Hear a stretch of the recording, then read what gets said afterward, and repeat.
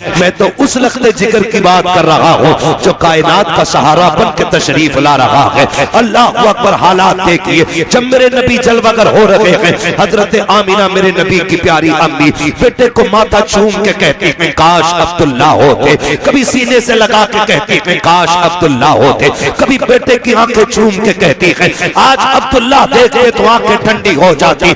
इतना हसीन अरब में आज तक कोई आया ही नहीं है, इसको देखते तो नाज कर लेते, खुदा की कसम रोने लग जाती है। फिर बेटे के हाथ पकड़ के कहा था मालिक जब दुनिया में कोई बच्चा पैर पर चलना सीखता है तो बाप उंगली पकड़ के चलाता है, मेरे बेटे को उंगली पकड़ के कौन चलाएगा?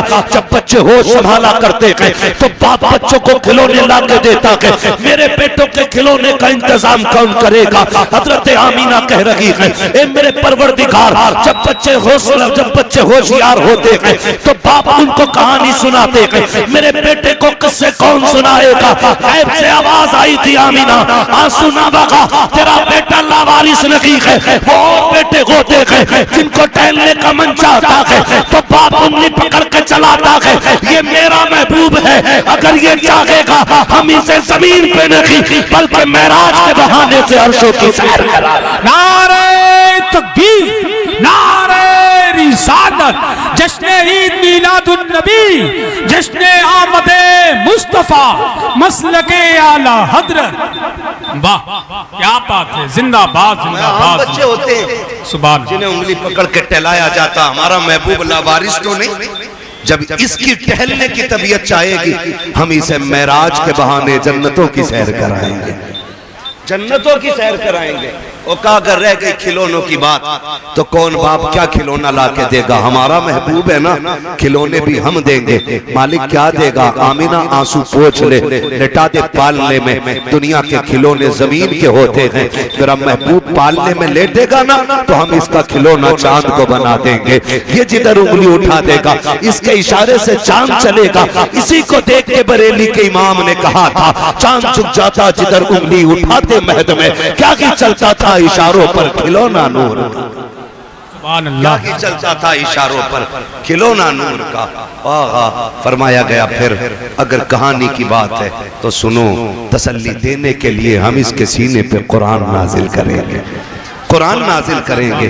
तारीख गवाह है, तारीख गवाह है, रब ने महबूब को छोड़ा नहीं, छोड़ा नहीं। लोगों ने गलत तर्जुमे किए, फिर आला हज़रत से चिढ़ हो जाती है।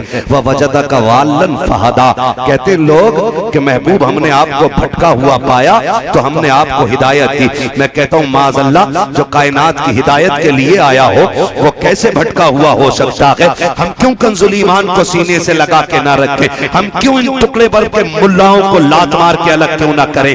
हम जानते हैं बरेली के अहमद रजा ने ईमान कैसे बचाया है। हम तो आपसे भी कहते हैं साहिब जरा दोनों के कारनामे तो देखो, अपने मौलवी का कारनामे भी पढ़ो, बरेली के अहमद रजा का कारनामा भी पढ़ो। आओ कुरान पाक का तर्जुमा देखो, ववजदक वालन फहदा, इन्होंने तर्जुमा ये किया महबूब हमने आपको भटका हुआ पाया तो अपनी हमने आपको फिर हिदायत दी। बताओ तो सही, जो नबी को भटका हुआ कहे वो कैसे मुसलमान हो सकता है? जो नबी को गुमराह कहे वो कैसे मुसलमान हो सकता है? अहमद रजा तुम बताओ ना इस आयत का तर्जुमा क्या है? फिर मेरा इमाम कहता है ववजदक वालन फहदा, महबूब हमने तुझे अपनी मोहब्बत में वारफ्ता पाया है तो अपनी जानिब रास्ता दिया है। कहा महबूब तो भटका हुआ नहीं है बल्कि भटकों को तू रास्ता देने के लिए आया है। वो तुम्हारा नबी होगा जो भटका हुआ है, ये हमारा नबी है जो भटकों को सहारा देने के लिए। नारे तकबीर, नारे रिसालत, आमदे मुस्तफा, फैजाने गौसे आजम, मसलके आला हजरत, सरजमीने मुल्लापुर, नारे तकबीर। वाह वाह वाह। तो फिर हम क्यों ना कहें मोहम्मद हमारे बड़ी शान वाले, मोहम्मद हमारे बड़ी शान वाले, बड़ी शान वाले। अगर मैंने लहजे में पढ़ना शुरू कर दिया ना दो ही काम करोगे,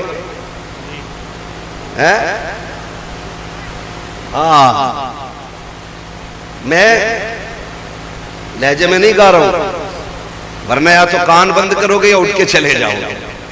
हाँ, मगर बहुत अच्छा लग रहा आप मेरे साथ हैं। मोहम्मद हमारे लगाते हैं नारा ये ईमान वाले, मोहम्मद हमारे बड़ी शान वाले। सलामत रहे। ऐसा लग रहा है कि जलसा शुरू हो रहा है। मैं तो ये सोच रहा था सोने के टाइम में नंबर आया है ना। अल्लाह सलामत रखे। लेकिन खुदा करे थोड़ा सा ये भी मामूल बना लें, जलसे का जो वो है ना आपका टाइम टेबल, इसे घटा लें। मैं अर्ज करूं, मैं देखिए मेरा उसूल है, मैं आईना हूं, दिखाऊंगा दाग चेहरे के, जिसे खराब लगे सामने से हट जाए। मैं भाई कह जाता हूं जलसे वालों से, आपने बुलाया, नजराना दे रहे हैं, इनाम दे रहे हैं, लेकिन लाजिम यह है कि चापलूसी करके वक्त जाये न करूं। मैं सच्ची बात कह जाऊं, दो चीजें बहुत जरूरी होती हैं, एक तो फजर की नमाज और दूसरी हलाल रोजी। ठीक है ना। हम में अक्सर किसान मजदूर लोग होते हैं, हम सारी रात इधर बैठे रहेंगे तो कितने तो ऐसे लोग हैं जिनका काम रोज खाना और रोज कमाना है। ठीक है ना। यहाँ बैठे रहेंगे और अगले दिन फिर सोएंगे, कमाने नहीं जा पाएंगे, तो फिर रिस्क की तंगी होगी। जब ये तंगी बढ़ेगी तो बंदा नाजायज की तरफ पड़ेगा। ऐसा किया करें, जलसा सही वक्त पे शुरू कर लिया करें और सही वक्त पे मुकम्मल कर लिया करें, ताकि फजर की नमाज भी मिल जाए, बच्चों के लिए हलाल रोजी का इंतजाम भी हो जाए। ठीक है ना। करेंगे ना इंशाअल्लाह, आप जिम्मेदार लोग हैं भाई। जरूरी नहीं है बहुत लंबी लिस्ट बनाई जाए, एक खतीब एक शायर रखें और कह दें कि भाई ये जरूरी बात है, ये हमें समझा जाओ। ठीक है ना। अपने हिसाब से मौजूद है इसको कि जो आपके यहाँ की कमियां हों वो बताएं। ठीक है ना। मैं इसलिए नहीं कह रहा हूँ कि कोई ये कहे कि साथी ये पूछ के तकरीर कर रहा है, क्या अच्छा लगेगा आपको, क्या बुरा लगेगा। नहीं, मैं जानता हूँ जब तक मर्ज का पता नहीं चलेगा फिर दवा कैसे लगेगी। यार है बुखार में पेट के दर्द का इंजेक्शन दे दो और पेट के दर्द में बुखार की दवा दे दो तो रिएक्शन ही होगा, और रिएक्शन जब दवा कर जाती है तो मुंह बिगाड़ देती है। तो ये भी जरूरी आप बता दें आपके यहाँ क्या कमजोरी रहती है। और एक जरूरी नहीं है 3 बजे तक, 1 बजे सलाम पढ़ के छुट्टी कर लो, लंबी रातें हो रही हैं, वरना 12 बजे मुकम्मल करो जलसा। मदीने वाला भी राजी हो जाएगा, काबे वाला भी राजी हो जाएगा।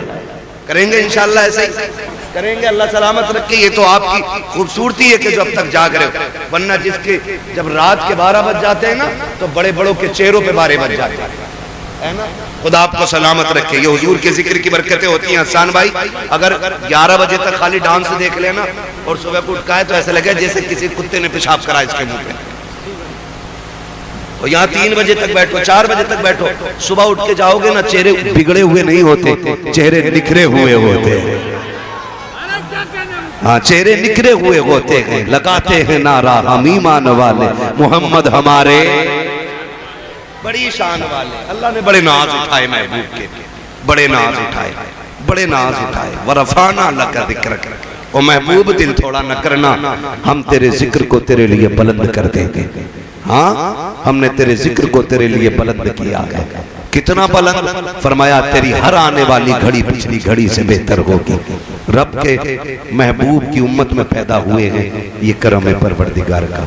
ओ भाई जरा सुने तो सही, कान खोल के हुजूर हमारे बड़ी शशो पुंज में जिंदगी गुजरी हुजूर की। आज ना कसरत है रिस्क की, आज इतनी कसरत है कि शादी ब्याह में जाके देखो तो जितना टेबल के ऊपर लगा होता है ना, उतना ही टेबल के नीचे पड़ा होता है। इतनी बेकदरी हम रोजी की कर रहे हैं। ये मेरे ख्याल से सारे नौजवान परदेश रहते बाहर। भाई जिस बच्चे को भी ना रोटी कमाने के लिए घर से बाहर जाना पड़े ना, तो वो मैं परदेसी मानता हूँ, और है ही परदेसी। मुश्किल होता है, एक दिन के लिए बच्चे छोड़ने मुश्किल होते हैं, घर छोड़ना एक दिन के लिए मुश्किल होता है, लेकिन साहिब जिम्मेदारियां भी बड़ी चीज होती हैं। कभी इंसान को साल भर के लिए ले जाती हैं, कभी 6 माह के लिए ले जाती हैं, कभी अपनों से दूर करती हैं, कभी खुशियां नहीं मिलती, कभी जनाजे नहीं मिलते। ये सारे दुख परदेश के लगे रहते हैं। और सिर्फ दूरियां नहीं, वो जो थक के परदेश के होते हैं। किसी ने गालियां दी तो 4 पैसों के लिए सुनी, किसी ने ताने दिए गर्दन झुका के चले आए। परदेश में है यार, ना सुनेंगे, घर से दूर पड़े हैं, 2 पैसों के लिए आए। कितनी मुश्किल से पैसा कमाया जाता है, कितने बापों ने जिंदगी परदेश में काट दी ताकि बेटियों के हाथ इज्जत से पीले कर सकें। 10-10 साल एक बाप बेटी को छोड़ के गया था, पलट के आया है, बेटी जवान हो गई है, बेटी की रुखसती पे आया है। हम जब खाने के लिए जाते हैं ना शादियों में, तो डोंगे घुमा घुमा के बेटियां बोटियां चेक करके निकालते कौन सी खाने की है कौन सी नहीं। हमने प्लेट भर ली, जो खाई गई खाई, बाकी टेबल के नीचे फेंक दी। हाथ जोड़ के गुजारिश करता हूँ, भले साल में 5 बार जलसा करना या 5 साल में 1 बार जलसा करना, लेकिन कोशिश ये करना है हमें अगर 3 की बात जलसों में मिलेगी तो पाबंदी से अमल किया जाएगा। तुम्हें खुदा का वास्ता किसी के दिए हुए खाने की बेहुरमती न करना। तुम्हें तो ये लगता है कि ये 5 घंटे में तैयार हुआ कौरमा है, इसमें 3 घंटे की मेहनत लगी है। नहीं प्यारे, इसमें किसी बाप की जवानी लग गई है, इसमें किसी की पूरी जिंदगी लग गई है, इसमें किसी का परदेश काटा हुआ वक्त है, इसमें किसी बाप का बुढ़ापा आ गया है, इसमें किसी बाप की झुकी हुई कमर की ताकत है। खुदारा रिस्क की तौहीन न करना। जब खाने के लिए बैठा करो तो ऐसे खाया करो जैसे अपने दस्तरखान पे खाया करते हो। तुम्हें खुदा का वास्ता अपने घर बीवी को छिछड़े फेंकने पे डांट देते हो, पराए घर की अच्छी बोटियां फेंक देते हो। अगर तेरी एक बोटी फेंकने की वजह से किसी गरीब की इज्जत पे आंच आ गई, खुदा की कसम खा के कहता हूं, तेरे मरने के बाद जितने चाहे 40वें कर लेना, जितने चाहे तीजे कर लेना, जितने चाहे कुरान खानी करा लेना। अगर किसी गरीब का आंसू तेरी वजह से निकल गया, अल्लाह उस वक्त तक माफ नहीं करेगा जब तक एक आंसू की तुझसे कीमत अदा नहीं करा ले। अल्लाह अल्लाह। नारे तकबीर, नारे रिसालत, पैगामे मजहब इस्लाम, जश्न गौसुल वरा कॉन्फ्रेंस, मसलके आला हजरत। हाँ ओ भाई, करेंगे इंशाअल्लाह, करेंगे इंशाअल्लाह, रिज़्क़ की कदर करेंगे इंशाअल्लाह। फेंकेंगे तो नहीं ना, नहीं फेंकेंगे ना। कच्ची रोटी भी आ जाए ना, फेंकना मत। अगर तुझे खाना नहीं समझ में आ रहा, उठ जा। और जब कोई पूछे क्यों उठ गया, कह दे पेट भर गया। ऐब भी बयान नहीं करना, ऐब बयान नहीं करना। ये नहीं कहना यार ये कच्चा है वो पक्का है ना। हमारा मुंह तो कच्ची खाने की भी लायक नहीं है यार, कच्ची खाने की भी लायक नहीं है। वो खिला रहा है ना, वो खिला रहा, बड़ा करम है उसका, बड़ा करम है उसका। रिस्क की कदर करना आज है, कल नहीं होगा। हुजूर फरमाते हैं इसकी इज्जत करना। अगर ये रूठ गया ना तो एड़ियां रगड़ के मर जाओगे, तुम्हें लुकमे लुकमे को तरसा देगा।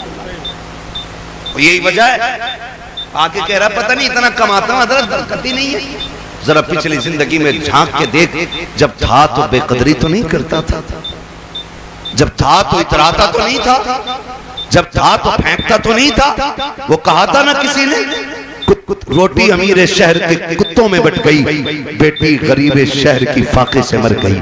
वो भाई जब था तो हम कुत्तों पे लुटाते रहे, और आज है तो कुत्तों पे, तमाशों में। और कल नहीं होगा तो फिर तुम्हें याद आगा ये क्यों रूठ गया। कोई डोरी हो, कोई तावीज हो, ये सदा नहीं रहना, ये सदा नहीं रहना।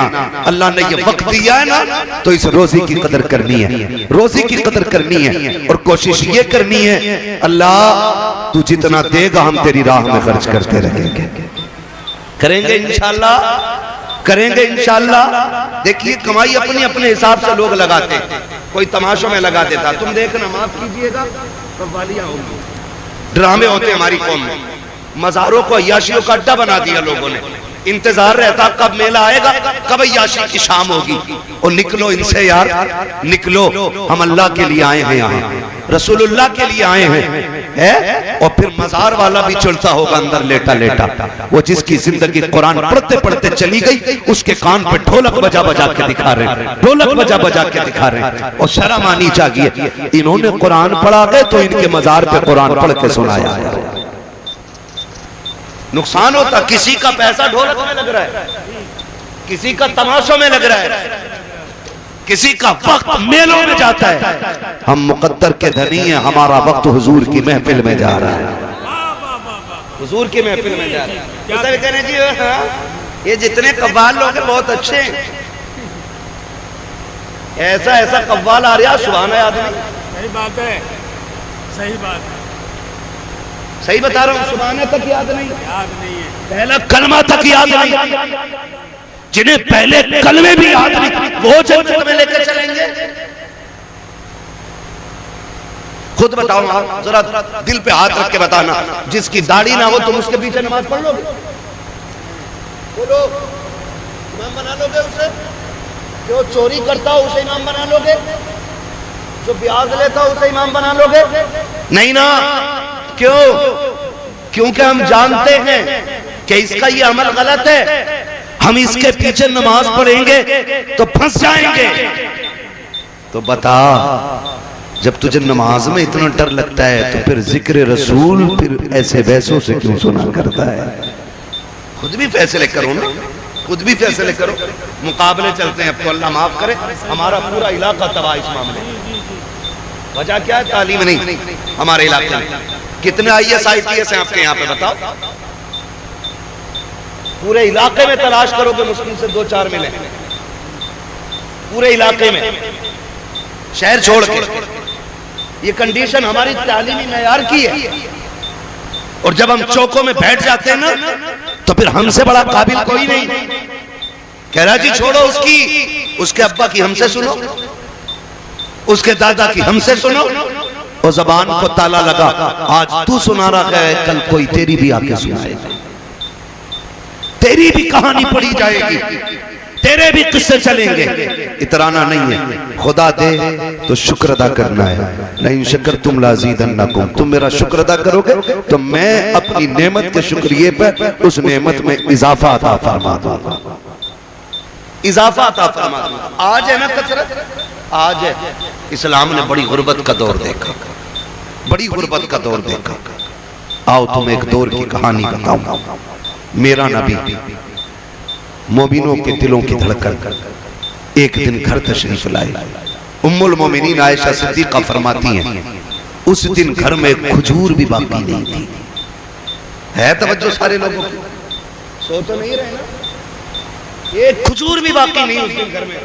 हसन भाई, उम्मुल मोमिनीन आयशा सिद्दीक़ा फरमाती कि मुझे गैरत लगी, हिम्मत नहीं हुई हुजूर का सामना करने की। मुझे पता था महबूब का फाका 3 दिन का है। कहती हुजूर उस दिन घर में जब तशरीफ लाए, एक खजूर भी नहीं थी। हुजूर को आहट सुन के ना मैं चादर ओढ़ के लेट गई, लेकिन चादर में एक सुराख था, मैं उसमें देखती रही हुजूर क्या कर रहे हैं, हुजूर क्या कर रहे हैं। लेकिन हुजूर को सुराख की जरूरत नहीं, क्योंकि हुजूर तो दिलों के हाल जानने वाले, हुजूर दिलों के हाल जानने वाले। उम्मुल मोमिनीन आयशा सिद्दीक़ा फरमाती है, सुने मेरी माँ बहनें भी कान खोल के, हाथ 10-10 हजार के जोड़े हैं ना, फिर भी पैर जमीन पे नहीं है। 5-5 हजार के नकाब है ना, फिर भी इतरा रही है। लानत हो ऐसी जिंदगी पे कि उनके जिस्मों पे 72 पैबंद तो थे, लेकिन इज्जत पे कोई दाग नहीं था। आज 5000 का नकाब है, लेकिन इज्जतें महफूज नहीं है। फर्क है ना, फर्क है ना। ये इतना बड़ा फर्क हो गया। देखो उम्मुल मोमिनीन आयशा सिद्दीक़ा को, पढ़े इनकी तारीख। हज़रत उम्मुल मोमिनीन आयशा सिद्दीक़ा चादर ओढ़ के लेटी हैं, हुजूर आए, देखा आयशा लेटी है, हुजूर ने देखा, मुस्कुराए और चले गए। समझ गए आयशा ने क्यों चादर डाली है। मेरा इमाम कहता, और कोई गैब क्या, तुमसे निहा हो भला, जब ना खुदा की छुपा तुम पे करोड़ों दुरूद। यही तो मेरा इमाम कहता है। आला हज़रत को पढ़ने की जरूरत है, उन पे लड़ने की जरूरत नहीं। अगर उन्हें पढ़ लो ना तो तुम भी कहोगे अपने वक्त के सबसे बड़े सूफी को अहमद रजा कहा जाता है। अगर किसी दिन वक्त होगा इंशाअल्लाह, तब मैं आला हज़रत पे बात करूंगा। बस मैं आज जो बातें कहना चाहता हूँ सुनने, जरा तवज्जो है सारे लोगों को। कहते जरा सारे या रसूल अल्लाह। खाली लंगर के सहारे हैं कि कुछ खा पी के भी आए है ना? खा पी के भी आए हैं तो फिर जितनी ताकत रह गई है उतनी जोर से बोल दे सुभान अल्लाह, माशाअल्लाह। तो हुजूर आए, देखा आयशा सिद्दीक़ा को, अंदर चले गए, बिस्तर पे लेटे। उम्मुल मोमिनीन आयशा सिद्दीक़ा फरमाती, चादर मेरे चेहरे पे थी। कहती मुझे हल्के हल्के हिचकियों की आवाज आई, हिचकियों की आवाज आई। अल्लाहु अकबर। फरमाती मैं दौड़ी, मैंने देखा मुस्तफा ना चारपाई की पट्टी ना पेट पे दबा के ऐसे दबा रहे हैं जैसे बच्चे कभी जमीन पे लेटा करते हैं, और पेट में दर्द के वक्त लोग पेट दबाते हैं। उम्मुल मोमिनीन कहती हैं। मैंने कहा या रसूल अल्लाह, मेरे माँ बाप कुर्बान हो जाए। महबूब ये क्या मामला है, आज क्या हो गया? अर्ज किया ना हजरत आयशा सिद्दीका ने।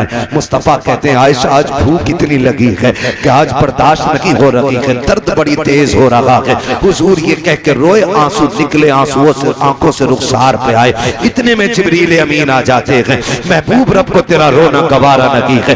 पता किस चीज ने रुला दिया है? आका कहते हैं जिब्रील भूख बहुत तेज की लगी है, आज घर में खाने को कुछ भी नहीं है। महबूब ने जैसे इतना कहा है, जिब्रील कहते हैं आका रब ने पैगाम भेजा है कि जाओ मेरे महबूब से कह दो आज उसको भूख लग गई है और ये एहसास हो रहा है घर में कुछ भी नहीं है। जिब्रील मेरे महबूब से कह दो वो जमीन पे थूक ले। आका कहते हैं जिब्रील अगर जमीन पे थूकूंगा तो क्या बनेगा? रब ने कहा है तू जिस जमीन पे थूक लेगा, जहां जहां तेरा लुआब गिरेगा, अल्लाह उस जमीन की मिट्टी को सोना बना देगा। महबूब तेरे लिए सोना बना दी जाएगी। आका करीम कहते हैं जिब्रील बता तो सही, क्या सिर्फ मुझे भूख लगेगी या मेरी उम्मत में भी गुर्बत आएगी, उम्मत में भी भूखे होंगे? तो जिब्रील ने कहा था आपकी उम्मत में भी गरीब होंगे, वो भी भूखे होंगे, तो क्या उनके थूक से भी मिट्टी सोना बन जाएगी? कहा नहीं, कहा ये कमाल रब ने आपको अता किया है। तो मेरे नबी कहते हैं जा जिब्रील चला जा, मुझे सब्र करने दे। किस लिए? इसलिए कि अगर कल उम्मती भूखा हो, पेट से पत्थर बांधने की बारी आए तो सब्र कर ले, हराम की तरफ ना जाए। और ये कह दे कि फाके में सब्र करना ये शैतान का नहीं, मदीने वाले मुस्तफा जाने रहमत का तरीका।